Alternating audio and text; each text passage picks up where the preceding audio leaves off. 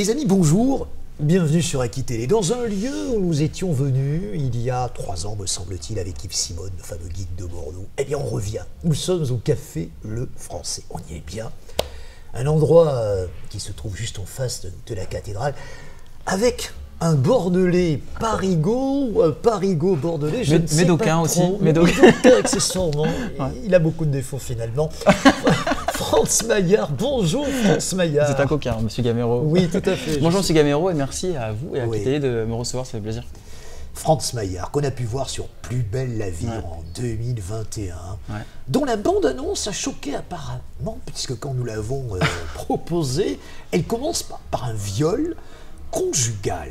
Ouais, ça a pu choquer quelques-uns de tes amis, cette bande-annonce? Oui, mais après le but, en fait, je pense que c'est fait exprès de choquer. Parce que c'est en choquant justement qu'on interpelle les mœurs, et notamment sur un sujet aussi sensible soit-il, on va dire, qui dépasse nos frontières. C'est un sujet universel, le viol conjugal. Et du coup, on va dire, moi, c'est ce qui m'a plu, c'est ce qui me plaît d'ailleurs en fait à jouer en tant qu'acteur, c'est de pouvoir aussi défendre des sujets sociétaux. Et celui-ci en est un. Donc j'ai joué avec un réalisateur canadien qui est Vincent Ouellet, qui avait du mal à trouver un acteur pour justement interpréter ce rôle et qui défendait, on va dire, le viol conjugal. Donc voilà la raison pour laquelle en fait moi ça m'a plu, parce que justement c'est pour ça aussi que j'aime faire du cinéma, c'est pouvoir dénoncer des sujets aussi sensibles soient-ils que celui-ci. Alors ton personnage est totalement éclectique. Alors d'abord tu viens de loin, pour reprendre une chanson. Tu viens d'Ezinov. Pour ceux qui sont bordelais, Ezinov, c'est l'enfance abandonnée, ça s'appelle plus Ezinov aujourd'hui, d'ailleurs ça a changé de nom. Nous sommes à Ezine. Tu es né sous X en 1985.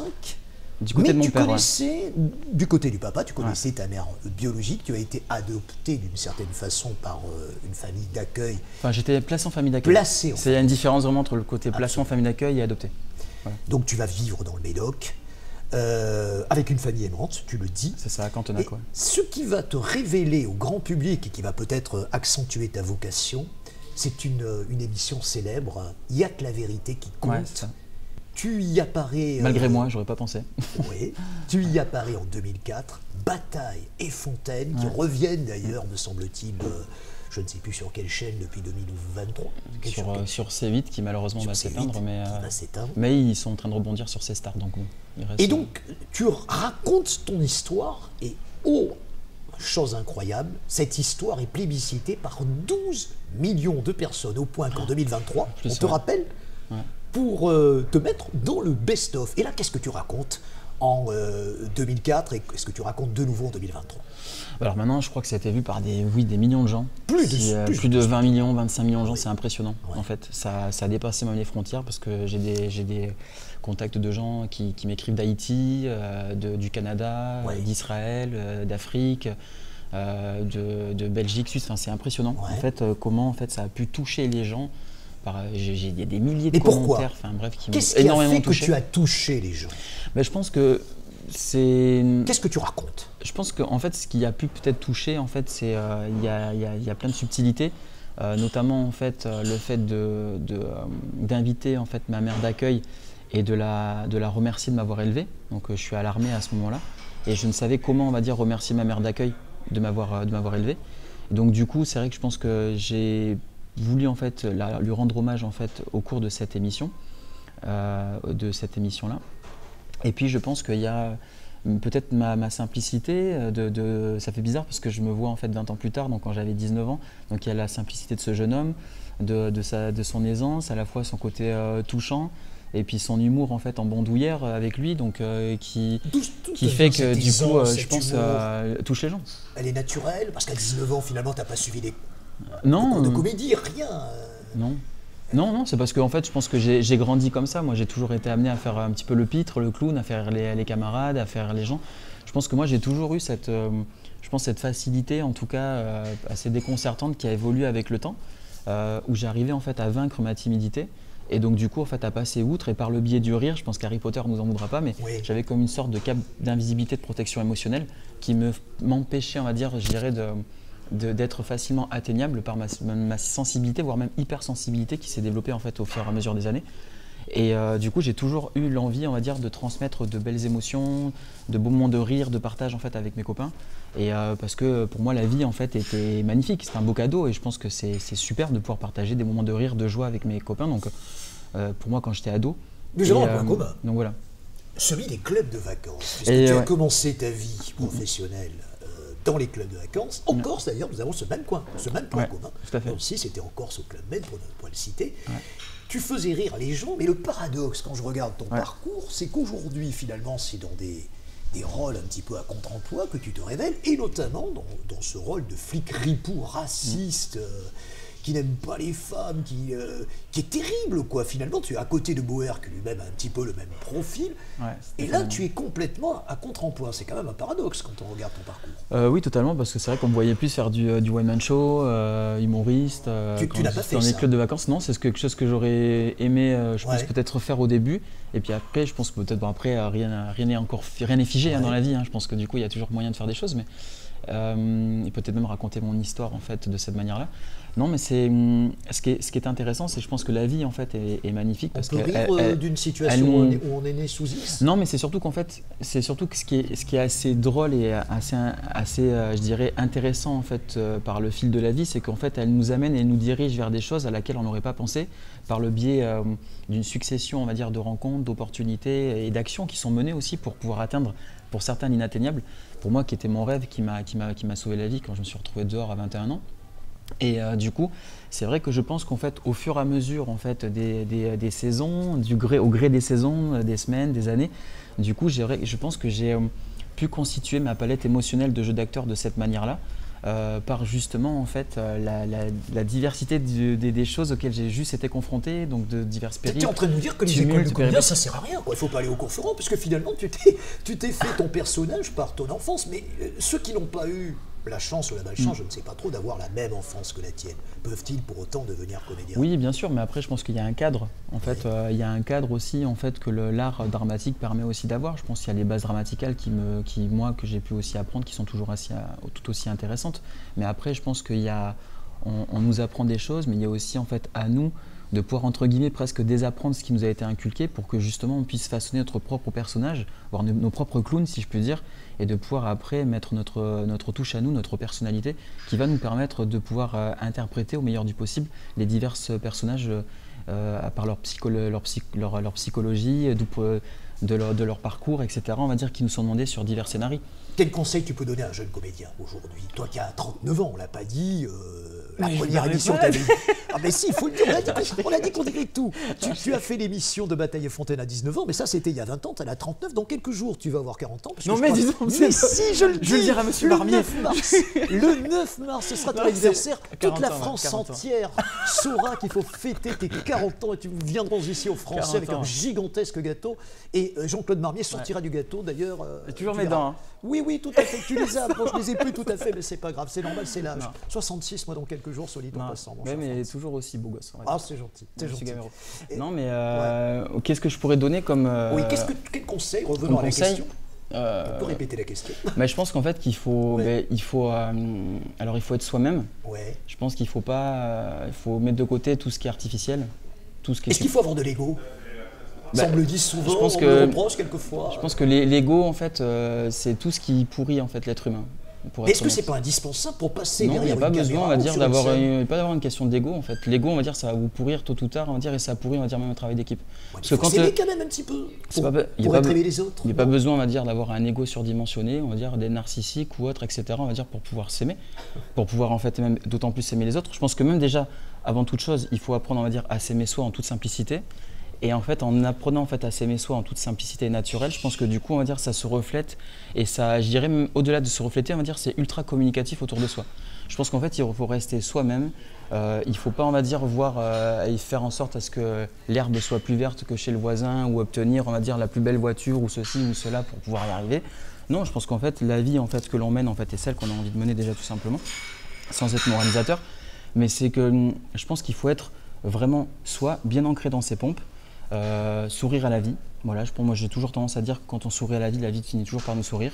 Malgré les circonstances. Malgré les circonstances. Quelles que soient les circonstances, c'est pas toujours facile. Oui, c'est pas toujours facile, mais je pense qu'en fait, il faut toujours faire en sorte, en son meilleur du possible, d'aller de l'avant et d'aller positiver. Parce que c'est en positivant, je pense que du coup, en fait, il y a de belles choses qui peuvent venir vers nous. Si on voit les choses de manière négative, en fait, on va attirer le négatif. Si on voit les choses de manière positive, on va attirer le positif. Après, ce qui est sûr, c'est que par contre, moi, ce que je dirais, c'est qu'en fait, il faut avoir quelque chose en plus que les autres. C'est-à-dire que qu'est-ce que tu as en plus que les autres? Non, mais c'est surtout que c'est la détermination, c'est la niaque, c'est l'envie de réussir. C'est surtout même se poser la bonne question. Pourquoi tu veux faire ce métier? Quel en est le but de ta vie? Quel en est l'objectif même? Quel en est même, si je peux dire, quel en est l'objectif même de pourquoi devenir acteur? Dès lors que du coup tu as trouvé la réponse à cette question, du coup on va dire tu es sur la bonne voie. Alors je suis 30 000 fois d'accord avec toi. Mon fils, tu le sais, a fait le cours Florent, et j'aurais aimé qu'on leur pose à tous ces gamins cette question au départ. Pourquoi tu es là? Pourquoi tu veux faire ce métier? Et je pense que c'est la première des questions. Il faut être passionné aussi. Il faut aimer ce métier. Moi, j'ai ça dans le sang. Moi, j'ai grandi comme ça finalement. Oui. Moi, mes amis en fait d'enfance me voyaient comme ça, en fait, à mettre dans la peau de personnages, à faire rire les autres, etc. J'ai grandi comme ça. Dans mon adolescence, au plus loin que je me souvienne, j'étais tout le temps en train de faire le pitre, mettre dans des personnages et faire rire mes camarades ou rejouer des répliques de films connus. Moi, j'adorais ça, donc je suis vraiment animé et habité par ça. En fait, j'y peux rien. En fait, j'ai grandi comme ça. Alors, donc, mais c'est vrai que je suis un amoureux de ce métier. Ça, c'est une certitude. Il y a quand même une chose qui te caractérise quand on a une expérience comme la tienne. Aujourd'hui, tu es auto-entrepreneur, mais néanmoins, tu as un agent, c'est-à-dire quelqu'un qui est absolument indispensable d'avoir quand on est dans ce métier, qui va quand même t'envoyer sur les bons plans. Parce que quand tu es tout seul, que tu dois ramer tout seul. Mais je l'ai fait. Hein. Tu l'as fait, et c'est quand même beaucoup plus compliqué. C'est plus compliqué, mais je l'ai fait, je le fais encore. Hein. Faut pas croire que du coup on va dire attention, faut pas croire qu'on va dire parce que vous avez un agent. Moi mon agent qui est Aïcha Ponel, on va dire l'agence Facette qui a plus de 25 ans de métier, Aïcha on va dire qui est une très belle personne en plus d'être un bon agent. Ça aide soit et du coup j'ai beaucoup de respect pour mon agent et je la remercie énormément de m'avoir mis d'ailleurs sur Plus belle la vie. Mais les mystères de l'amour, c'est moi qui l'ai trouvé. W9, on va dire, je me suis fait repérer par une simple photo de profil, on va dire, pour la série YOLO sur ma page Facebook. Canal+, en fait, c'est pareil, c'est moi qui fait cette rencontre, on va dire, pour Groland Magazine, d'une personne que j'avais rencontrée. Tu as travaillé sur Groland. Mais j'ai rencontré une personne. Exactement, avec Moustique. Mais j'ai rencontré d'ailleurs, petite parenthèse, parce que toi aussi, tu as fait les clubs de vacances. Oui. J'ai rencontré en Tunisie, à Djerba, Isabelle Kuens, qui est une ancienne documentaliste des enfants de la télé avec Arthur. Ouais. Et Isabelle, en fait, j'avais 20 ans et tout minot, je lui disais en fait que je voulais être comédien. Et c'est comme ça que petit à petit, j'ai fait mes premiers castings pour Groland. Mais en fait, je pense qu'il faut. Il faut en vouloir et il ne faut pas attendre qu'on vienne te servir le plat et puis bonjour et c'est quoi s'il vous plaît après on va dire le plat du jour mais je veux bien que vous m'apportiez s'il vous plaît en fait et du coup en fait toi tu fais rien et le plat du jour c'est limite tu tombes sur une super série, t'as un super rôle. Dans la vie c'est pas comme ça. Non, mais écoute, tu me confortes finalement, mon fils et toi-même vous avez le même discours. Il me dit l'agent c'est bien, mais d'abord c'est le travail que tu fais, c'est le travail d'investigation, c'est les recherches. Il a le même discours que le tien, si ce n'est qu'il a 15 ans moins que toi. Mais mais je lui souhaite déjà plein de belles choses à ton fils et je lui souhaite de tout cœur on va dire d'y arriver parce que c'est un métier on va dire qui de base commence par la passion. Avoir des rêves c'est magnifique. Je pense que tant qu'il y a pour moi on va dire tant qu'il y a de la vie il y a de l'espoir. Et ça permet tellement d'être des belles paroles, mais pourtant, ô combien c'est important. Mais tant qu'il y a des rêves, il y a de l'espérance de vie aussi. Enfin, il faut qu'il y ait quand même des choses concrètes parce que mais bien sûr. Le rêve, il est absolument essentiel. Mais il est essentiel, le rêve. Mais si tu n'as pas du concret, si tu ne gagnes pas ta vie, si tu rames, si tu fais la manche dans le métro, c'est compliqué quand même. Et bien alors, Calogero, en fait, il a bien fait la... Non, c'est pas Calogero, tant pour moi. C'est comment il s'appelle, on va dire, celui qui avec Angie, on va dire le. Il y a plein d'artistes qui ont fait ça. Il y a un artiste, on va dire, qui a fait The Voice aussi, pareil, on va dire, qui a fait, on va dire, la manche dans le métro et qui s'en est sorti. Bien sûr.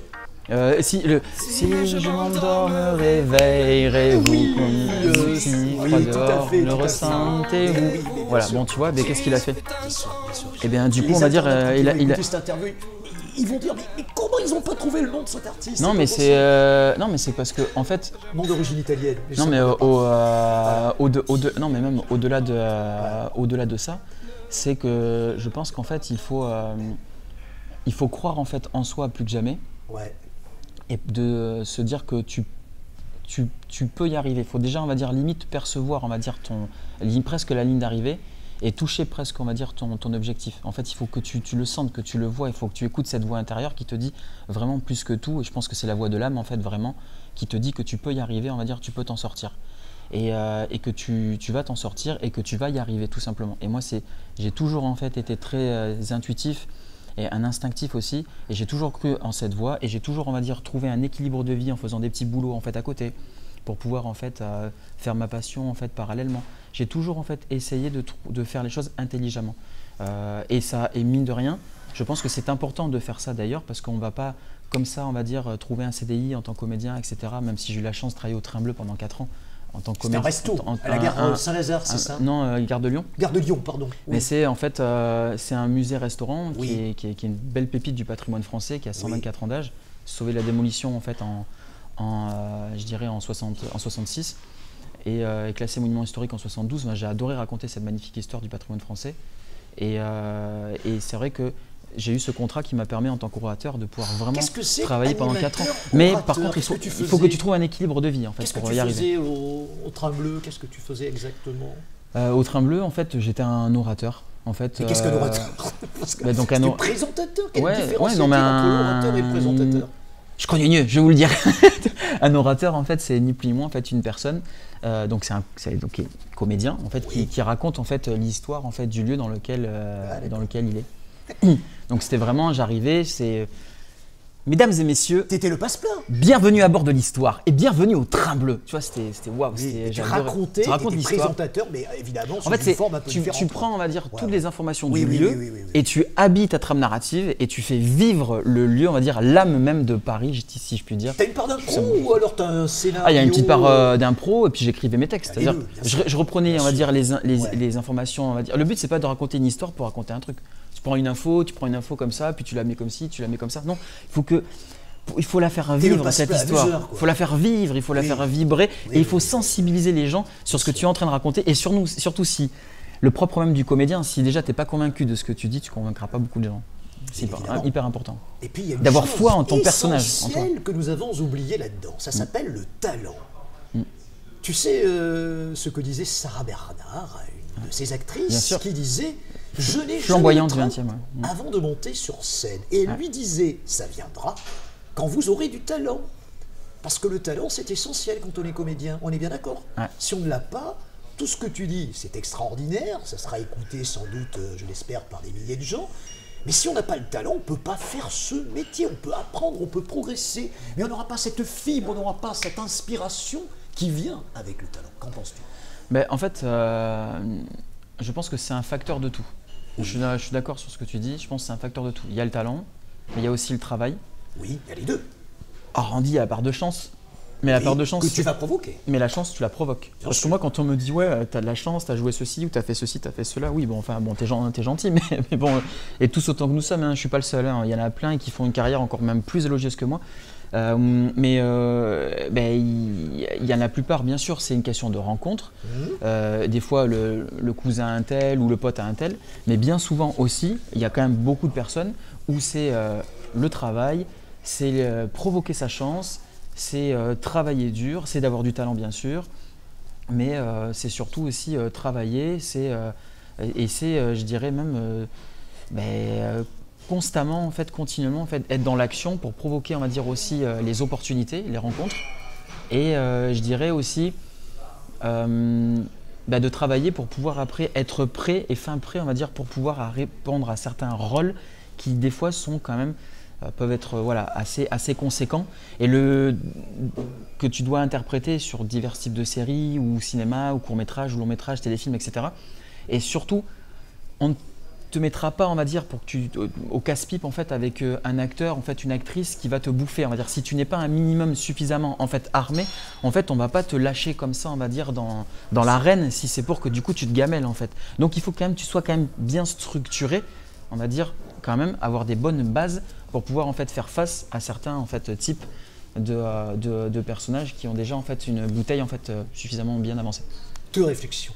La première, Molière, qui est mort sur scène. Est-ce que c'est la plus belle mort qu'on puisse imaginer pour un comédien? Oui. C'est aussi ce que je pense. Devant une caméra, ouais. Oui. Tu te vois mourir comme ça? Ouais. Tu aimerais mourir comme ça? Ouais. Alors nous aimerions mourir tous les deux comme ça. C'est exactement ce que je dis à Jean-Claude Marmier. Il va me faire mourir bientôt, de toute façon. C'est prévu, dans quelques mois. La deuxième chose… Et je pense que, si je peux me permettre, moi, je pense que c'est… Mais je prendrais plaisir, en fait, à mourir vraiment en fait au moment même, et ça peut être dans 1 an, ça peut être dans 2 ans, ça peut être dans 3 ans, Ouais. si vraiment j'ai pu en fait réaliser avec mes collaborateurs divers que j'ai sur mes divers projets, de mon second bouquin, ou d'adaptation en film que je voudrais faire, ou d'autres projets que j'ai pu mettre aussi en place avec ma boîte de prod, Made in France Production, qui est en train de se mettre en place avec justement avec un guide pratique qu'on a mis en place pour comment devenir comédien. Enfin, il y a diverses choses sur lesquelles je suis en fait amené à maintenant à vouloir apporter, aider, transmettre et transmettre aussi des beaux messages. Je pense qu'il serait triste et fâcheux de pouvoir en fait emporter tout ça en fait avec soi. Je pense que la vie en fait te donne des outils, tu les mets en pratique après en suivant et puis tu rends. Il te faut un héritier. Mais tu rends, on va dire, ce que la vie te donne. Il te faut un héritier, il te faut un enfant. Non, pas à qui tu forcément. transmettrais le Pas flambeau, forcément. Je pense qu'en fait après ça c'est propre à chacun d'avoir des enfants ou pas. Je pense que la vie peut être tout aussi belle, on va dire, si t'as pas forcément d'enfants. Oui, je partage. Mais non, c'est le fait de rendre ce que la vie t'a donné. Je pense que c'est ça qui est le plus beau. Et je pense que dès lors que je serai en fait vraiment amené en fait à avoir pu, où la vie me permettra de pouvoir, avec l'ensemble de mes collaborateurs qui sont des professionnels hyper bienveillants et hyper pro, hyper carrés, donc j'ai la chance de pouvoir travailler avec eux. Une fois qu'on va dire j'aurai eu la chance de pouvoir transmettre ce que j'ai à transmettre auprès d'eux, du coup en fait après coup, même auprès de la jeunesse ou de la protection de l'enfance, pour d'autres choses on va dire que je mets tout doucement en fait en place, c'est pour moi je pense que je peux mourir tranquille. Alors cet entretien, nous l'avons baptisé le fabuleux destin de Franz Maillard. Bon, c'est très gentil, mais il n'y a rien de vraiment très glorieux. Si par exemple tu te trouvais à l'Olympia le 28 février prochain, à la cérémonie des Césars, mon fils va y participer en tant qu'hôte d'accueil, mais est-ce que toi tu aurais aimé te retrouver de l'autre côté de la barrière? Est-ce que ça serait la récompense d'une carrière d'être nommé au César, qui sera retransmise, cérémonie retransmise par Canal+ en direct? Alors je vais être totalement transparent. Oui. Moi je m'en fous. Tu t'en fous? Tu te Totalement. fous des récompenses? Non, mais je m'en fous en fait, parce que c'est pas forcément ça qui me fait vibrer en fait. Moi les paillettes, tout ça, pour être honnête, hein. C'est ce que disent tous les comédiens, mais quand ils y sont, non, mais très sincèrement, non, mais c'est pas une question, on va dire, de pas être content quand il y est, forcément que tu es content. Mais de là, on va dire, à aspirer en fait à ça, pas du tout. Ouais. Et je suis totalement sincère avec toi. Moi, très sincèrement, quand j'étais plus jeune, il n'y a pas beaucoup de comédiens qui refusent une nomination au César. Non, mais c'est pas une question de refuser. Ouais. C'est pas une question de refuser. Si on va dire, j'étais amené en fait à la voir, ça serait magnifique, bien entendu. Mais entre du coup la recevoir et être heureux de la recevoir et de trouver ça magnifique, et vouloir la provoquer à tout prix. Et aspirer en fait à ça, très sincèrement, moi je m'en contrefous. Moi par contre, ce qui me plaît, ce qui m'intéresse, c'est de transmettre des belles émotions.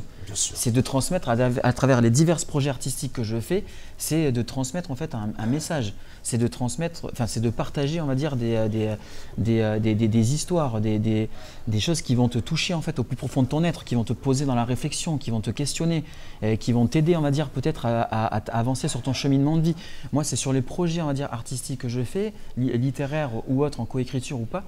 Et sur les diverses déclinaisons auxquelles je pense, moi c'est ça, on va dire, plus que tout qui m'intéresse. Plus que les honneurs. Mais plus que les honneurs finalement. Parce que ce qu'il y a de plus beau en termes d'honneur, c'est d'aider, on va dire, les jeunes à trouver peut-être foi en eux et leur dire que l'impossible peut s'avérer possible et que moi je ne suis pas plus qu'une autre personne et que si j'ai pu, on va dire, modestement y arriver à mon humble niveau, mais c'est que tu peux toi aussi y arriver. Et le plus beau, on va dire, je pense, c'est plutôt d'aider la jeunesse, de les encourager, de croire en eux et de leur dire que du coup, en fait, ils peuvent y arriver. Je pense que pour moi, c'est ça, on va dire, le plus beau des honneurs. Le reste, sincèrement, c'est superficiel. Si, on va dire, un jour j'avais ça, ben, je vais dire ouais, c'est super, merci beaucoup, c'est magnifique, j'en suis très touché, honoré, merci 1000 fois. Mais pour être totalement transparent, franchement, je pense qu'il y a plus beau en termes d'honneur en fait à faire que ce que je viens de dire. Enfin, pour moi, en fait. Le fabuleux destin de Franz Maillard, et en plus il est généreux. On était ravis de l'accueillir sur Aki Télé pendant c'est gentil, merci. Près de 25 minutes ici au Café Le Français. Eh bien, on va poursuivre nos pérégrinations, les amis, dans les semaines qui suivent, recevoir plein de gens. On aura l'occasion de vous en reparler. Merci de votre fidélité. Vous êtes de plus en plus nombreux à suivre les aventures de Jean-Claude Marnier et celles de Christophe Gamero. À très bientôt sur notre chaîne. Merci beaucoup. Franz Merci Maillard. beaucoup. Merci. Merci et beaucoup on te d'accueil. souhaite bon vent pour la suite de ta carrière. Merci, on te souhaite bon vent aussi pour cette volonté que tu as de parler de l'enfance abandonnée. On n'en a pas trop parlé parce qu'il n'y avait rien de précis, mais je sais que tu aspires à être un représentant de tous ces enfants qui sont en difficulté. Merci beaucoup. Merci beaucoup. Merci beaucoup. Merci beaucoup. Très bientôt, les amis. À très bientôt. Merci.